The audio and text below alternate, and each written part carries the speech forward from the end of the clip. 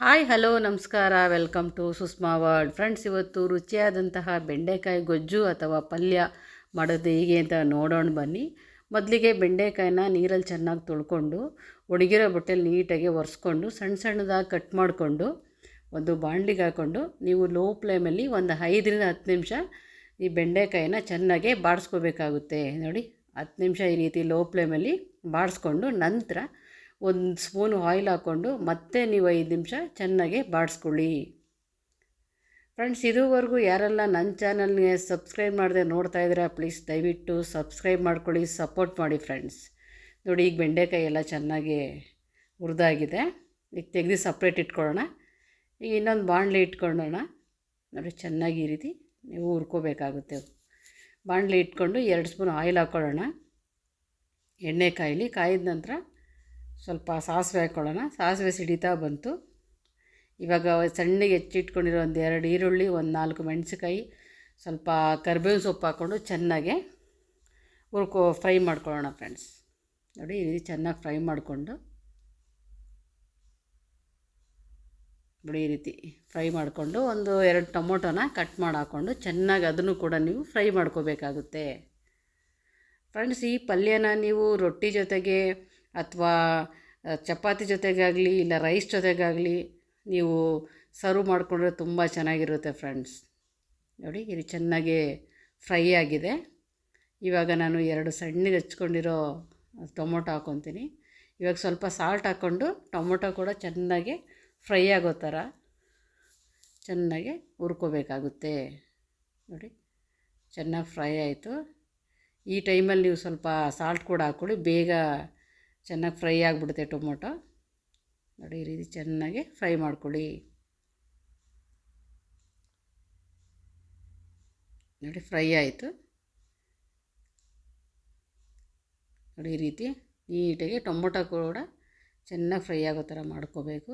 ನಂತರ ನೀವು ಹುರಿದಿಟ್ಕೊಂಡಿರುವ ಬೆಂಡೆಕಾಯಿ ಹಾಕ್ಕೊಂಡು ಚೆನ್ನಾಗಿ ಮಿಕ್ಸ್ ಮಾಡ್ಕೊಳ್ಳಿ. ನೋಡಿ, ಈ ರೀತಿ ಬೆಂಡೆಕಾಯಿನ ಫಸ್ಟೇ ಹುರಿದಿಟ್ಕೊಬೇಕಾಗುತ್ತೆ.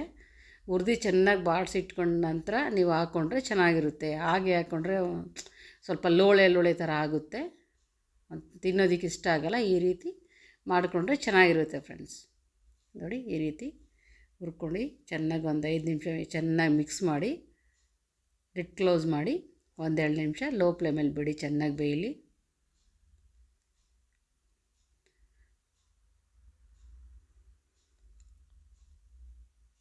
ನೋಡಿ, 5 ನಿಮಿಷ ಆಯಿತು, ಚೆನ್ನಾಗಿ ಫ್ರೈ ಆಗಿದೆ. ಇವಾಗ ಇನ್ನೊಂದು ಸಲ ಮಿಕ್ಸ್ ಕೊಟ್ಕೊಳ್ಳಿ. ಫ್ರೆಂಡ್ಸ್ ಮಿಕ್ಸ್ ಕೊಟ್ಕೊಂಡು ಇವಾಗ ನಿಮಗೆ ಖಾರಕ್ಕೆ ತಕ್ಕಂತೆ ಸ್ವಲ್ಪ ಸಾಂಬಾರು ಪೌಡ್ರ್ ಹಾಕ್ಕೊಂಡು ಮತ್ತೆ ನೀವು ಮಿಕ್ಸ್ ಕೊಟ್ಕೊಳ್ಳಿ. ನೋಡಿ, ನಾನು ಸ್ವಲ್ಪ ಹಾಕ್ಕೊತಾ ಇದ್ದೀನಿ. ನಿಮಗೆ ಎಷ್ಟು ಬೇಕು ಖಾರಕ್ಕೆ ತಕ್ಕಂತೆ ಸಾಂಬಾರು ಪೌಡ್ರು ನೀವು ಹಾಕ್ಕೊಂಡು ಚೆನ್ನಾಗಿ ಮಿಕ್ಸ್ ಕೊಟ್ಕೊಂಡು ನಂತರ ಸ್ವಲ್ಪ ಕೊತ್ತಂಬರಿ ಸೊಪ್ಪು ಮತ್ತು ತೆಂಗಿನ ತುರಿ ಹಾಕ್ಕೊಂಡ್ರೆ ಫ್ರೆಂಡ್ಸ್ ಮುಗಿದೋಗುತ್ತೆ. ರುಚಿಯಾದಂತಹ ಬೆಂಡೆಕಾಯಿ ಪಲ್ಯ ರೆಡಿಯಾಗಿಬಿಡುತ್ತೆ. ಫ್ರೆಂಡ್ಸ್ ನೋಡಿ, ಚೆನ್ನಾಗಿ ಮಿಕ್ಸ್ ಕೊಟ್ಕೊಂಡ್ವಿ ಸಾಂಬಾರು ಪೌಡ್ರ್ ಹಾಕ್ಕೊಂಡು.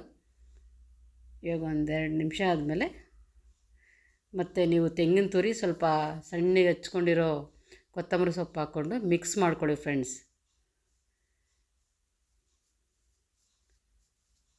ಫ್ರೆಂಡ್ಸ್, ಈ ವಿಡಿಯೋ ಯಾರಿಗೆಲ್ಲ ಇಷ್ಟ ಆಗಿದೆ ಲೈಕ್ ಮಾಡಿ, ಶೇರ್ ಮಾಡಿ, ಕಮೆಂಟ್ ಮಾಡೋದಂತೂ ಮರಿಲೇಬೇಡಿ. ಫ್ರೆಂಡ್ಸ್, ನೀವು ಒಂದು ಸಲ ಟ್ರೈ ಮಾಡಿ ಹೇಗಿತ್ತು ಅಂತ ಕಮೆಂಟ್ ಬಾಕ್ಸಲ್ಲಿ ಕಮೆಂಟ್ ಮಾಡೋದಂತೂ ಮರಿಲೇಬೇಡಿ. ಫ್ರೆಂಡ್ಸ್ ನೋಡಿ, ಈ ರುಚಿಯಾದಂತಹ ಬೆಂಡೆಕಾಯಿ ಪಲ್ಯ ರೆಡಿಯಾಗಿದೆ.